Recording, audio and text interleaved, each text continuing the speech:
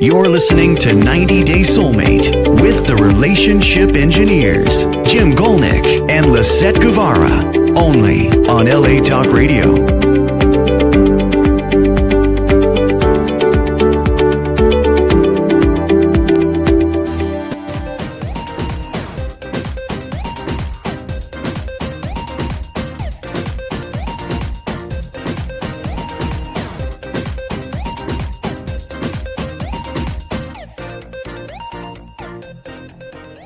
Welcome to 90 Day Soulmate with Lisett and Jim. Today our show will be digital crack, social media, and evolutionary dangers.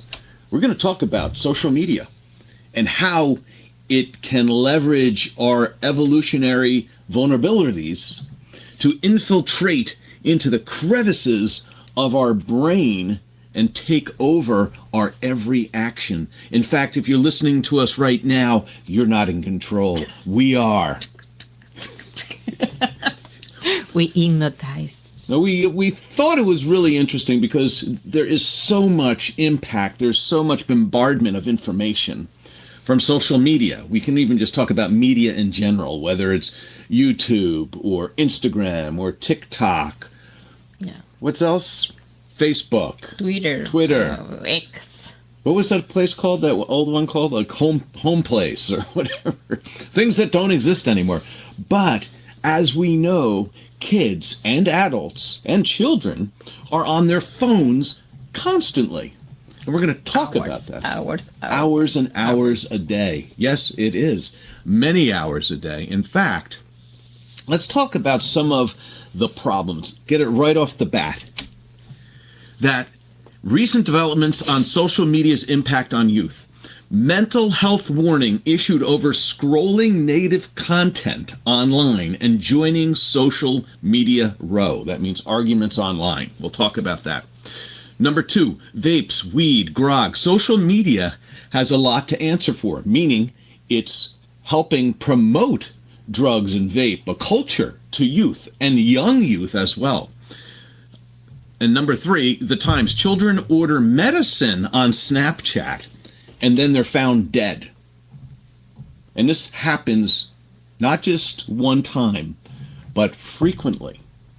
That drug use is being promoted, it's being influenced, it's making it accessible through these types of programs. And we're going to talk about how Snapchat, a drug dealer, can have an ad online like meet me at a club and I'll be selling these things and we can do a deal, and it will be online, and as soon as they're shut down for that, they reopen. And in fact, I believe one of the studies we're going to reference, or one of the research things that we're going to reference, talks about 2.8 million times drug-related content has been taken down, which is probably a tiny fraction of what's actually up there. Mm-hmm. Let's continue on with this. This is actually the bad part of the show. And I don't mean the bad part of the show, but we want to have the doom and the gloom out there. So if you are interested, you can share the doom and gloom. Here we go.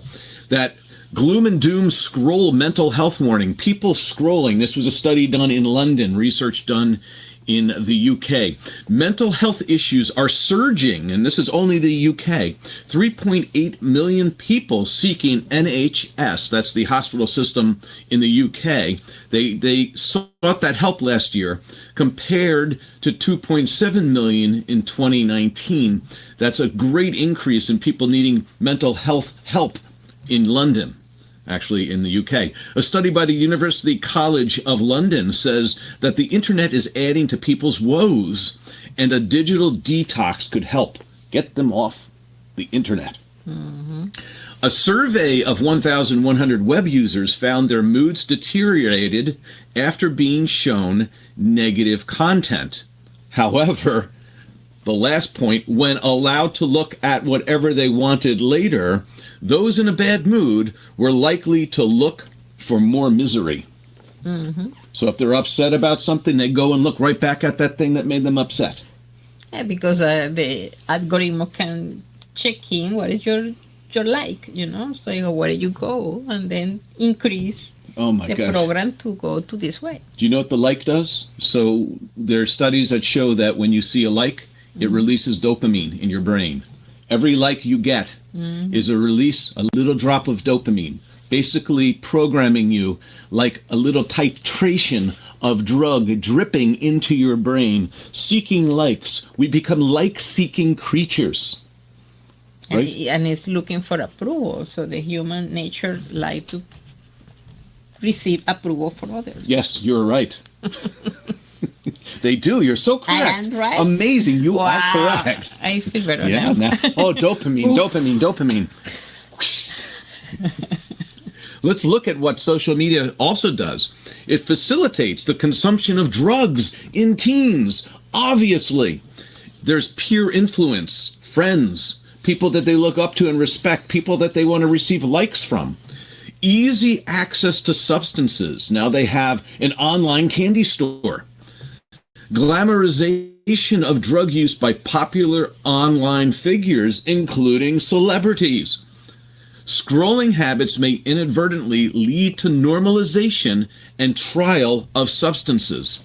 So drugs, which may be part of what they're taught when they're kids by their parents as these things are bad, are now being promoted by peers, by celebrities, by lifestyles, by pages, by movies, By everywhere. politic. Politics? Yeah, The too. politicians promote drugs? Yeah. So, Do they? yes. In what way? I see one guy say, "Oh, after I take a day, I be more smart in the school." So, Oh, okay. So we'll leave that alone for a moment. But I get it.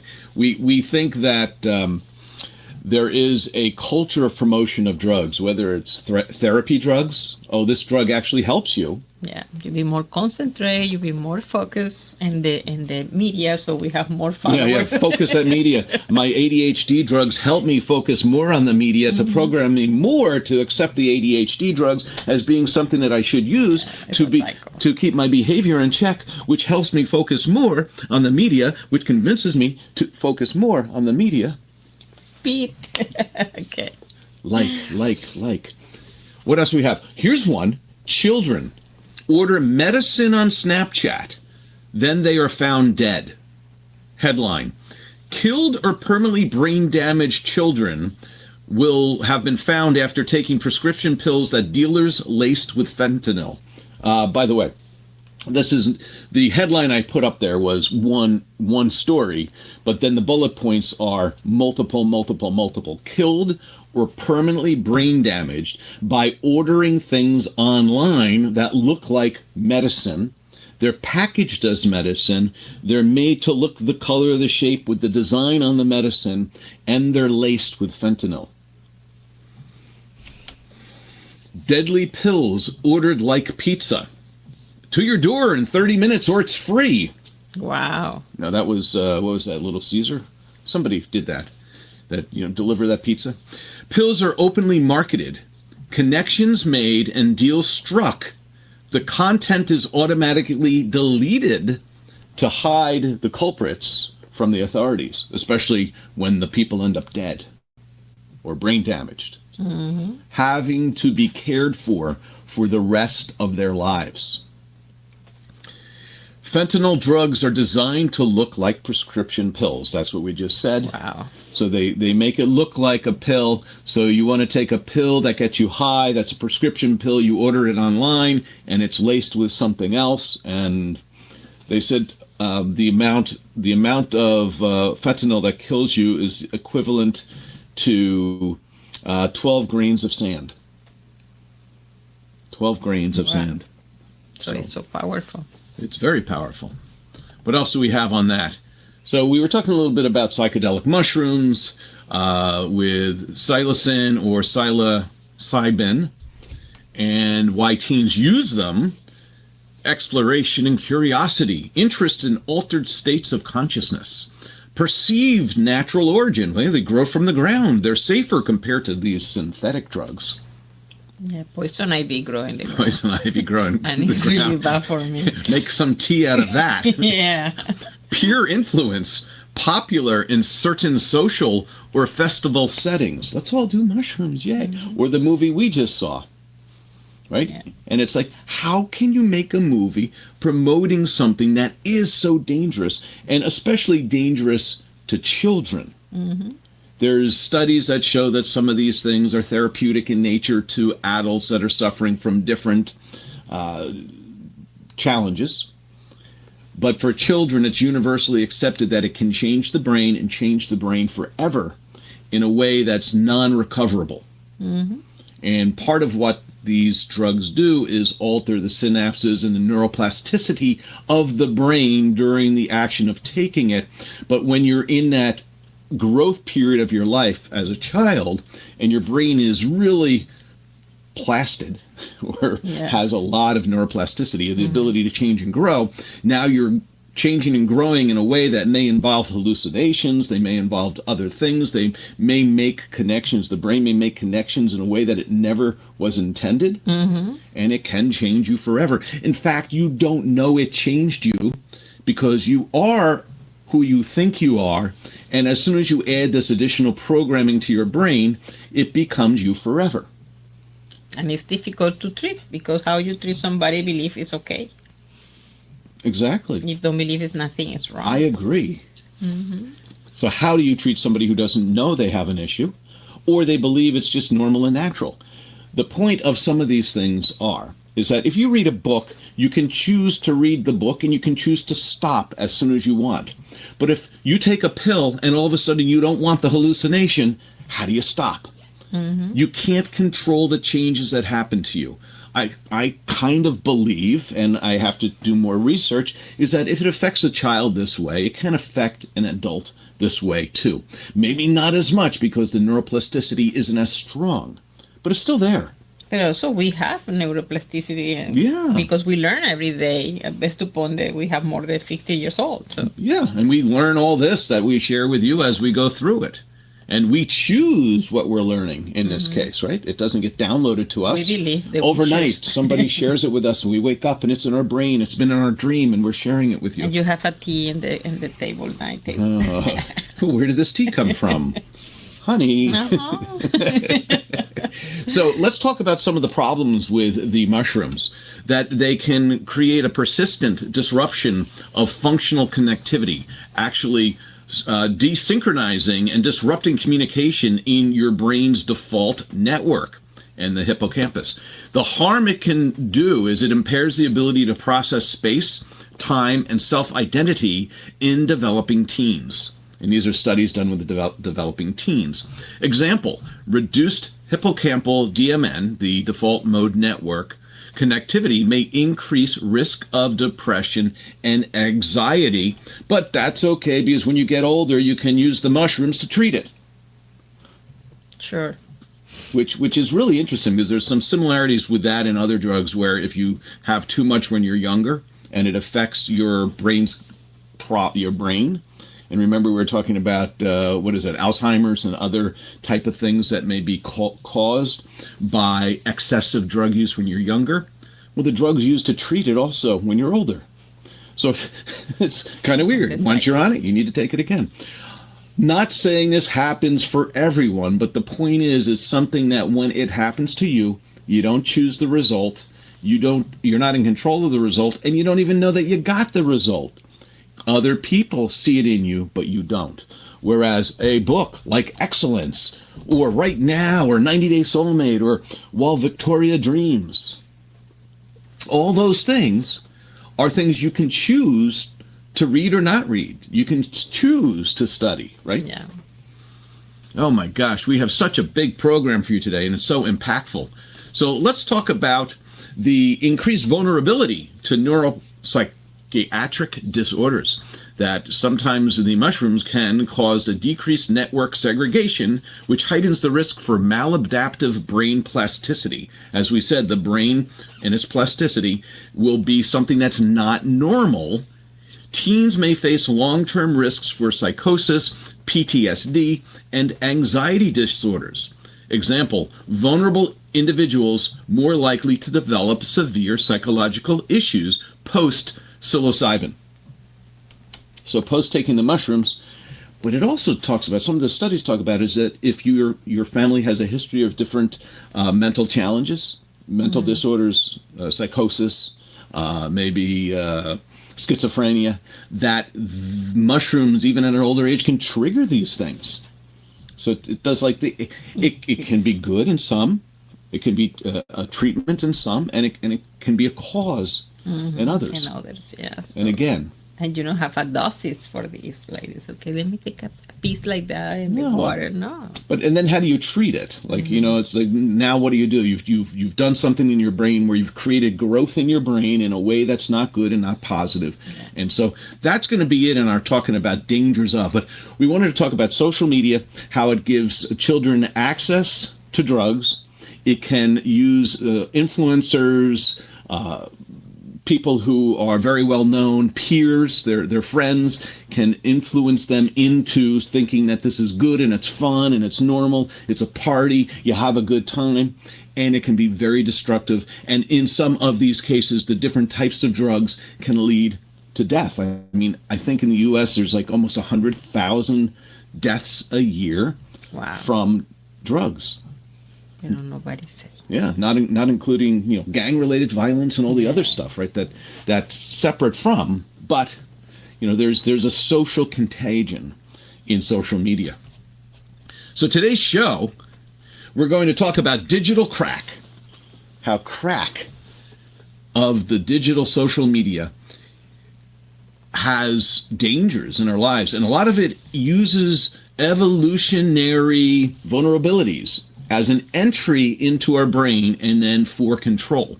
So our show will be introduction, which we've talked a little bit about. Then we'll get into evolutionary biology and the vulnerable brain. Part 2 is social media's impact on children. Part 3 is the society-wide consequences of digital addiction. And Part 4 is fighting back against the digital contagion. In moments of gratitude, we notice the beauty in every detail, the smiles, the shining eyes, the teamwork, perseverance, and effort. These are the building blocks of the incredible mission a UW supports. We've witnessed girls who joined the home as babies grow into confident professionals, certified in their passions and contributing to society in meaningful ways. 3 inspiring stories from a UW. Angela, who came to Muchos Manos at 3 months of age. She will graduate as a food and beverage manager with plans to open her own bakery. Maria, who joined Muchos Manos at the age of 9. Today she's in her 2nd year of dentistry. And Mercedes, who came to the home at the age of 12, now a dentist graduate. She works at one of Valencia, Venezuela's top dental centers. Make a donation today via Zelle at jim@audaven.org and celebrate the rhythm of hope, purpose, and unity that connects us all together. 90 Days Soulmate is brought to you by 90 Days Solutions. Welcome back to our Digital Crack Show. Now, there's some good information, so I asked my digital assistant to find some information for us. We want to talk about countries that were limiting the amount of social media that children could ingest, what they could eat each day. So, for instance, in France, they have a voluntary program in schools for children between the ages of 11 and 15. They used to just have to turn their phones off at the beginning of the day, but they've now allowed some students to take part in a trial program where at the beginning of the day they actually hand their phone in and they get it back at the end of the day. So that's in French, or should I say in France. In Australia, they're limiting social media to children over the age of 14, that they're not going to allow kids, they're limiting for kids between 14 and 16, meaning you're younger than that, no social media. And what was the other one? Finland, there's a town in Finland that has decided to no longer hand out computers to their children in the school system, but in what are they doing? They're going to give them books, actual books. Something like that. Yeah, books and papers and notes, because of the influence and the distraction and the addiction to wanting to go to these other things within the computer. So that I thought was very interesting. How social media exploits human evolutionary weaknesses. You know that 72% of adults use social media. It's reshaping human interaction habits. So it used to be 100% of interactions were human to human. Mm-hmm. Now 72% of humans use social media for a portion of their social interactions. I'm assuming some of them use them for almost all of their social interactions. That's tough. What else do we have here? As a slide 2, social media, a global contagion. So driven by evolutionary psychology, it's exploiting human vulnerabilities. Example, viral challenges lead 30% of teens to take unnecessary risks. Like a viral challenge is eat this cinnamon, try to eat the teaspoon of cinnamon, eat this hot pepper, this ghost pepper, record yourself doing this. That they have teens do, step by a cliff and take a picture of yourself. Challenge. And then you challenge your friend and challenge your friend. Well, now 30% of kids are taking unnecessary risks. The evolution of social interaction.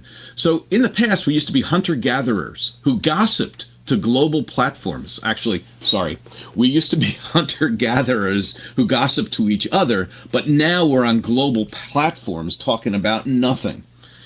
We shift from survival to amusement. So in the past, in a hunter-gatherer society, we would get together socially and share information like where we went fishing, where the best berries are, where to avoid the big bear in the woods. So you don't step in something, that you would share stuff for survival. Now we're sharing stuff for amusement, but our amusement might be making people angry. It might be trolling people. It might be arguing with people, or it might be finding something funny, and it has nothing to do with survival. Right? Or put the life more risk by the challenge. Right. So it's putting you more at risk and more likely to be depressed. So it's the opposite of survival. We think it's amusement, but it's actually causing depression and risk-taking behavior. And finally, there is dopamine released from likes. It's comparable to small gambling wins. So when you get likes on this social media platform, you're like, yeah, somebody watched my video. Someone liked it. Yeah. I dancing. Dancing. Yeah. Absolutely. But these are things that have taken over. It forms, the dopamine release is the same thing an addictive drug does. A gambling win does. It's an addictive, predictive, addictive, behavioral, what's that? Stimulus. So it stimulates addictive behavior. Understanding addiction.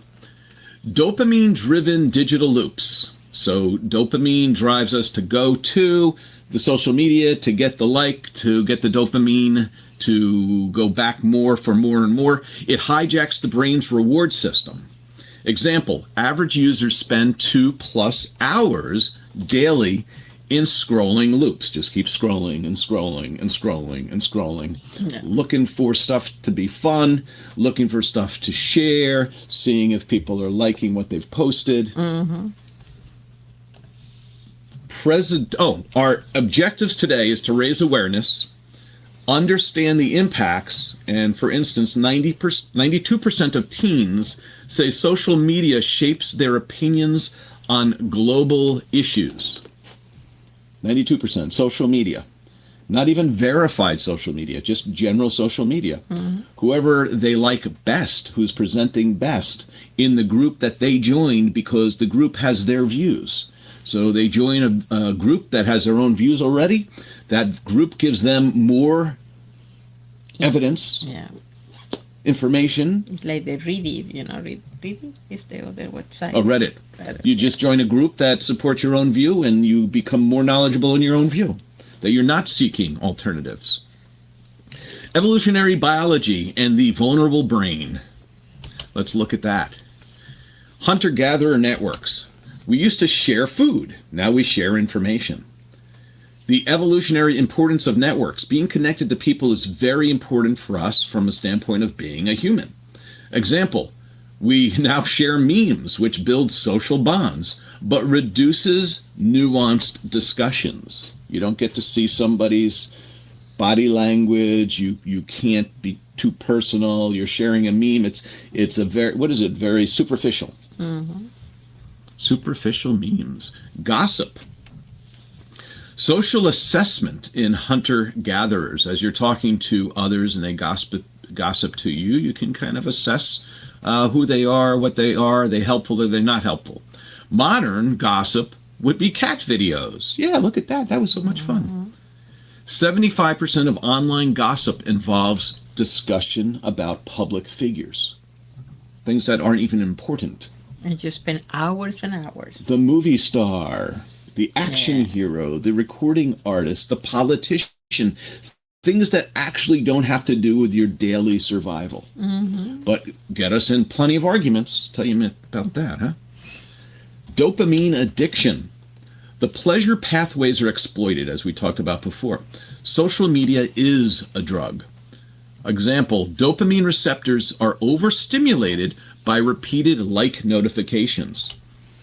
Again, likes. They knew, the social media platforms knew what they were doing when they added that like button.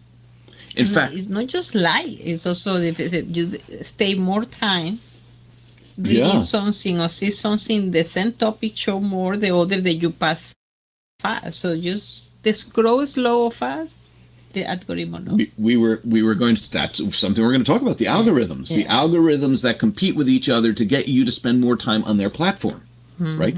And the way they do that is the one that can give you the most dopamine, the one addicts you the most, you go back to, right? So how about tribal signals in social media? You have in-group and out-group dynamics, so we'll talk about that. Social media amplifies tribal instincts, and 80% of group hashtags align with identity-driven social behaviors. You seek out those who think like you. Birds of feather flock together. Birds don't go out and go, hey, should I hang out with the cat or should I hang out with a walrus? Should I learn something from them? Nah, I don't want to listen to them. I'm going to just listen to my flock. But the language, so it's the same language. It's the same language. That's why they call it the murder of crows. A group of crows is called a murder of crows. Okay. Because birds of feather flock together and they kill all of us. Maybe that should have been the title for today's show. What else do we have here? We have dangerous appeal of in-group and out-group dynamics. It promotes belonging by also fueling conflicts. Again, how do you get an in-group, out-group dynamic which creates a dopamine addiction? Well, you mimic ancient tribal rivalry. Again, in-group versus out-group. In-group, you can say how great we are, and that leads you to a certain amount of feeling like you belong. But by pointing out how different someone else is and how wrong they are and how you all, quote, hate them or dislike them or their music is awful or they're a horrible actor or actress or as a politician they should be in jail. All that stuff is like, oh, my group is so good. Yeah. And all groups are all the same and they think they build their own self-esteem this way.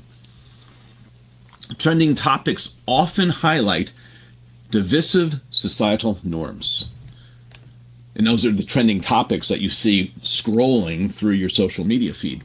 It's junk food for the mind. Overstimulation in digital foraging. So as you go through the forest looking for those berries now being the topics that you want to hear about, the videos you want to see, it overly stimulates as you forage for these foods, these brain-feeding, dopamine-releasing foods.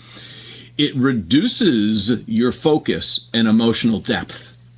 Digital distractions decrease productivity by up to 40%. Wow.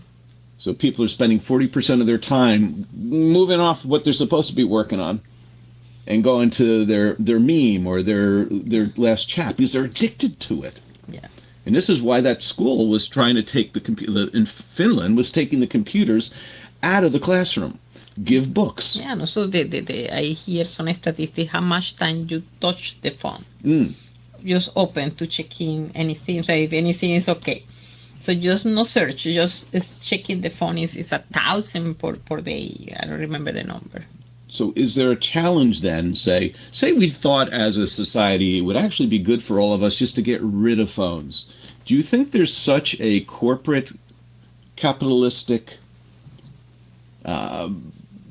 need for us to have the phone? Meaning there's so much money being made by these phones because they're reading what we're thinking, they're predicting what we're thinking, they're keeping us keeping our attention in order to market us things, in order to push us in a certain direction, in order to track us and know us, that there's too much invested in this for society to even have a voice about, we need to get rid of these. We need just phones that you can call people on. That's it. And hard copy books. Walk around with your books. Yeah. So that's the whole thing about being distracted. If you have a book, I can flip to a different chapter. But you're still in the book. You haven't gone to a whole different thing like basket weaving or cat music. Trolling, anonymity, and antisocial behaviors online. There's a rise of antisocial behaviors because you are anonymous a lot of times. The lack of accountability encourages aggression. Example, anonymous accounts post 65% of controversial online content. Not only that, but I was watching this thing today, and I don't know if it's true or not, but I have to do more research. It was showing how, I think this was China or Russia, they were taking all these cell phones and creating these individual connections to a giant computer, and the computer had thousands of individual Instagram accounts or YouTube accounts, and they would post trolling comments and either do it for pay or do it because the government was sponsoring them. But the point is that they are creating thought, and they're creating mind viruses through content. They're making us be angry with each other. You were just talking about algorithmic exploitation. Platforms compete for attention. Users' behavior fuels addiction. For instance, algorithmic targeting increases click-through rates by 25%.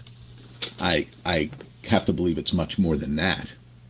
We know that. They don't. The AI didn't want me to know. The articles. They filter the articles. They reduce this percent. No, it can't be 99.9%. Make it 25%. We don't want them to know. Dopamine loops we talked about. Parallels with substance abuse. So the dopamine loops that we get from digital foraging are equivalent to substance abuse and gambling addiction and other addictions. Reward mechanisms are reinforced. An example, the reward loops mirror slot machine addiction mechanisms. So when they see how the brain reacts to social media and to people addicted to gambling and how they use slot machines and go, it's the same. So when you say, I don't have a gambling addiction, and I'm on my phone 4 hours a day, it's the same thing. It's the same.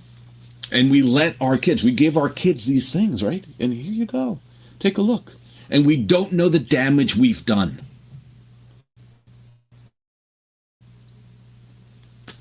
Maybe we are damaged already, too. Yeah, we're damaged. A little less damaged. Maybe more damaged. Who knows? Technology is a double-edged sword. It can be a tool, but it can also be a threat and let threats into our life. The benefits and risks of digital engagement. Well, we got some benefits because we can get information and focus information and detail information and research, but at the same time we can be distracted and we can be in an in-group versus an out-group. We can create and foster arguments. 35% of people report tech use causing significant relationship strain. Oh my gosh. And when we come back, we're going to talk more about digital crack. Social media. In moments of gratitude, we notice the beauty in every detail, the smiles, the shining eyes, the teamwork, perseverance, and effort. These are the building blocks of the incredible mission a Youth supports. 3 inspiring stories from a Youth event.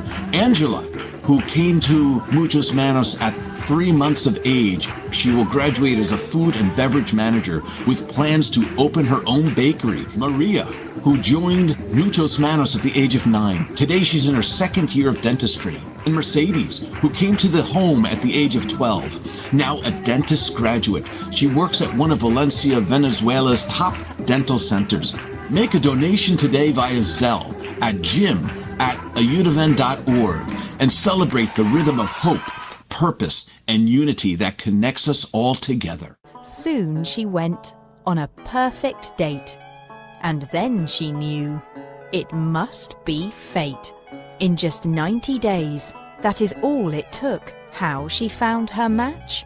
It is in the book. 90 Days Soulmate is brought to you by 90 Days Solutions. Welcome back to 90 Day Soulmate with Lisett and Jim. Today we're talking about digital crack, social media, and its destruction on evolution. It's also leveraging evolution, right? It's leveraging our brains and the knowledge of how to control us through algorithms. Yeah. And plus, we have this addiction. I think what happened was technology has advanced so much for us to actually understand its impact. That it's beyond our understanding, and it was released to the world. Just kind of like how people are worried about AI. AI is something, but AI without the social media and the aspects of the internet that we have today probably, is a secondary thing. We're worried about AI, but we're not worried about the actual intelligence out there or lack of intelligence out there. Yeah. And all the algorithms that were already there, those might not have been artificial intelligence. That might have been intelligent intelligence, like real intelligence, promoting us to be focused in certain ways to control us.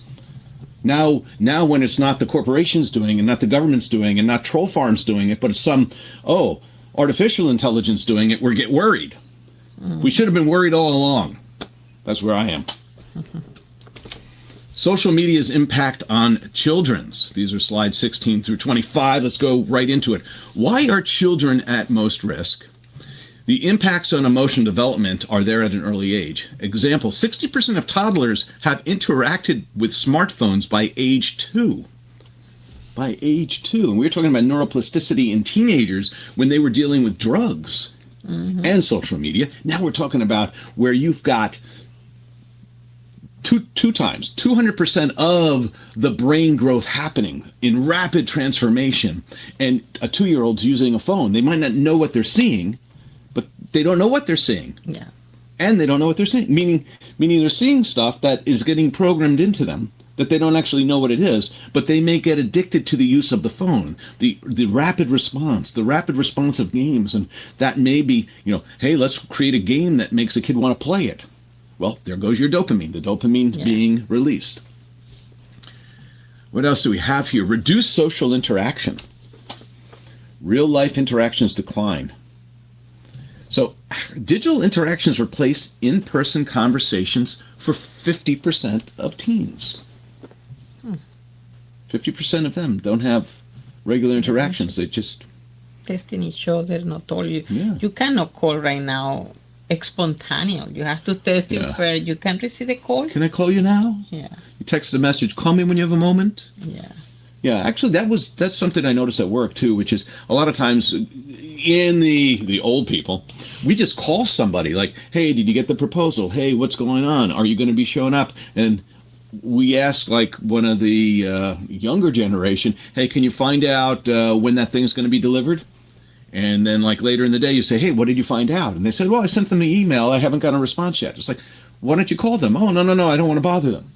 It's like they don't want that instant communication. No. They want to control. It's so scary. Come on.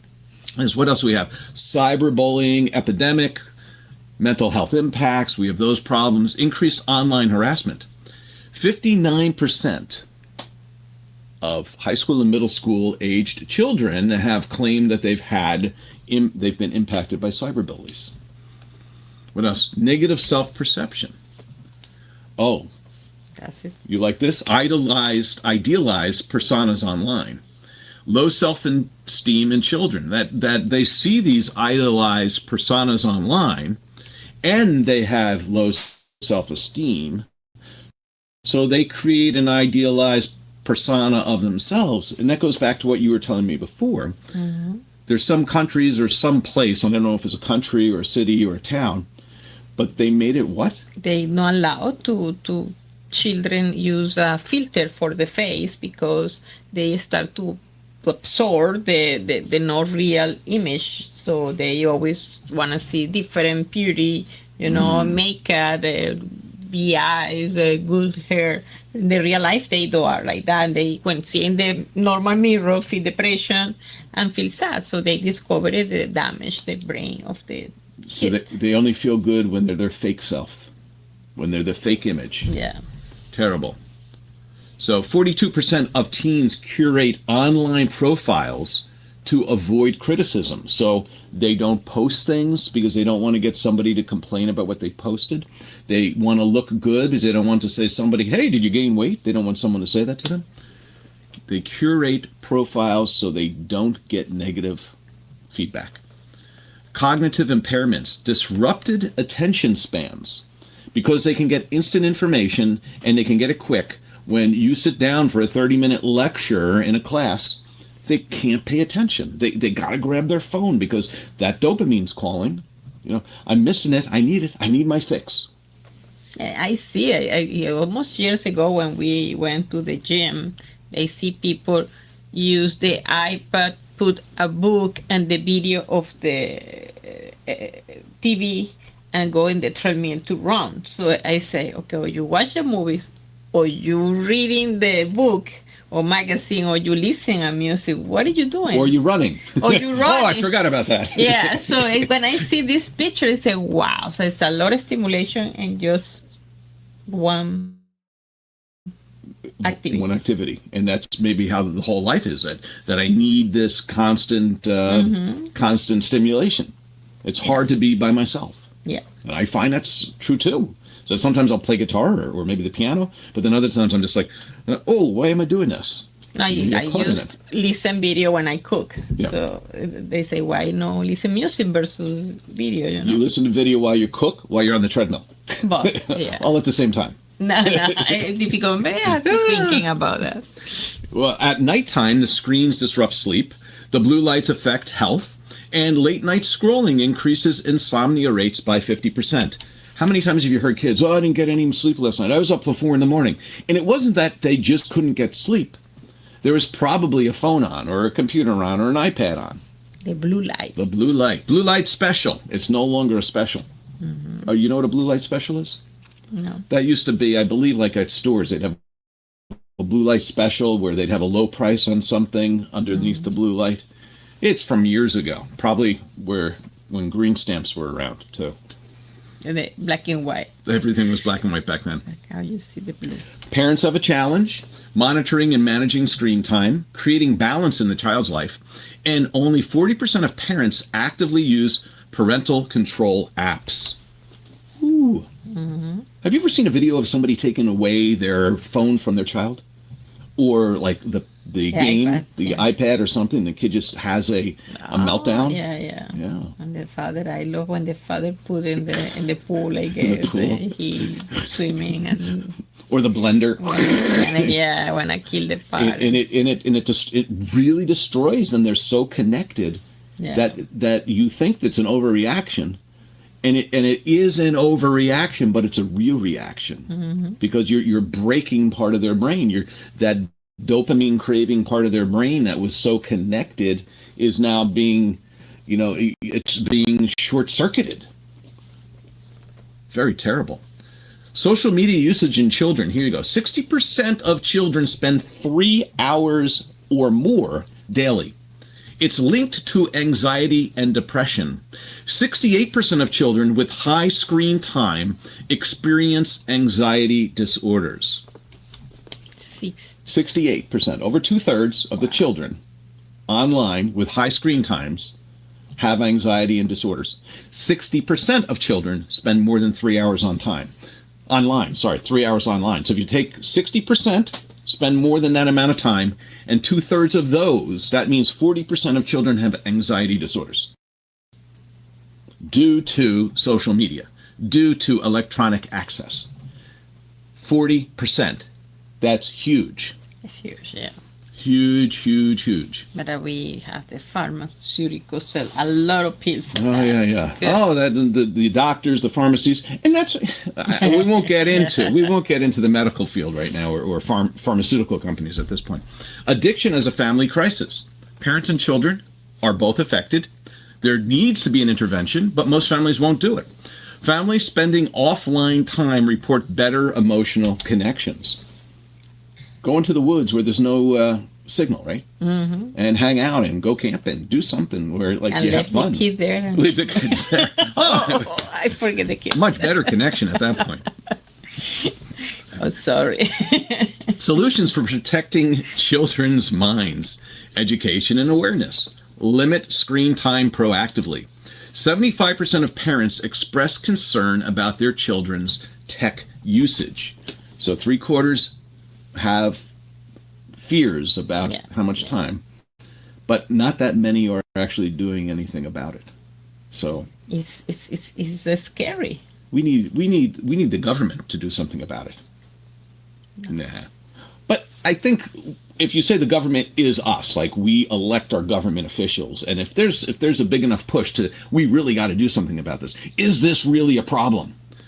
This is like more of a problem than most of the things people are arguing about on TV today. They argue about stupid things that affect this group or that group or this group. And it's like, this affects all of us that are becoming these groups when we get older. These things affect kids. These kids will become us when they get older. And then they'll have all these other problems we have on top of the problems that we're creating for them. Okay, I think I've just found my new political platform.